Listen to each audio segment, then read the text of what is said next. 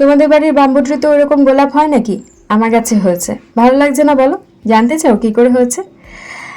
দেখো, ছোটবেলা থেকেই মায়ের শাড়ির প্রতি আমার একটা অদ্ভুত টান ছিল। আমার মনে হয় আমরা যারা মেয়ে তাদের প্রত্যেকেরই তার মায়ের শাড়ির প্রতি একটা আলাদাই লোক থাকে, নিজের যতই থাক। তবু জানো, মায়ের শাড়ি পরলে আলাদা পূর্ণতা পাওয়া যায়। আমি যেকালে শাড়ি পরতে একদমই পারদর্শী নই, সেখানেও আমার মায়ের শাড়ি কিন্তু আমার বেশ নজর কাড়ে। মায়ের এই শাড়িটা আজ অবশ্য মা নিজেই বার করে দিয়েছে, বলেছে এই শাড়িটা পরে যা। কিন্তু মায়ের শাড়ি তো হবে, ব্লাউজ তো হবে না।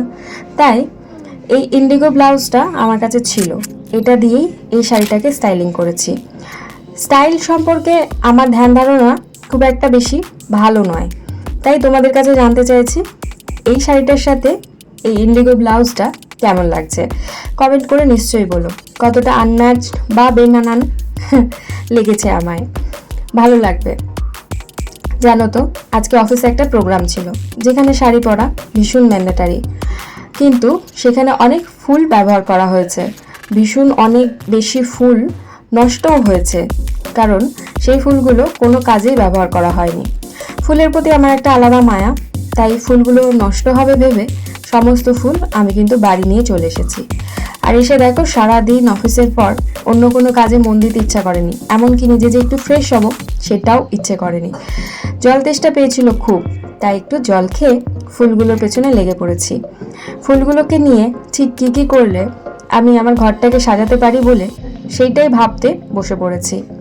দেখো, মনে হলো ফুলগুলো তো নষ্টই হবে, ফেলেই দেওয়া হবে, তাই কোথাও না কোথাও ওদেরকে প্লেস করে দিই, অন্তত আজকের রাতটা তো ভালো লাগবে। তাই জন্যই আমার এই ঘরের মধ্যে বাম্বু ট্রিটা রয়েছে, তার মধ্যে কিছু গোলাপ লাগিয়ে দিয়েছি, আর একটা অদ্ভুত কাজ করেছি। চলো তোমাদেরকে দেখাই। এখানে দেখো, আমার একটা লিলি ফুলের টব রয়েছে। সেই টবটার মধ্যেও আমার যেটুকু জায়গা ছিল নিচেটায় আমি পুরোটা জুড়ে সব গোলাপগুলো লাগিয়ে দিয়েছি। আমার গোলাপের পরিমাণ দেখে তোমরা বুঝতেই পারছো ঠিক কত পরিমাণে ফুল এক্সট্রা হয়ে গিয়েছিল। তাই সেগুলোকে ছেড়ে আর নষ্ট করে রাস্তায় ফেলে আসিনি, একেবারে সাথে করে আমার বাড়িতে অবধি নিয়ে এসেছি। ফুল সাজিয়ে তবে শান্তি। এবার নিজে একটু ফ্রেশ হব।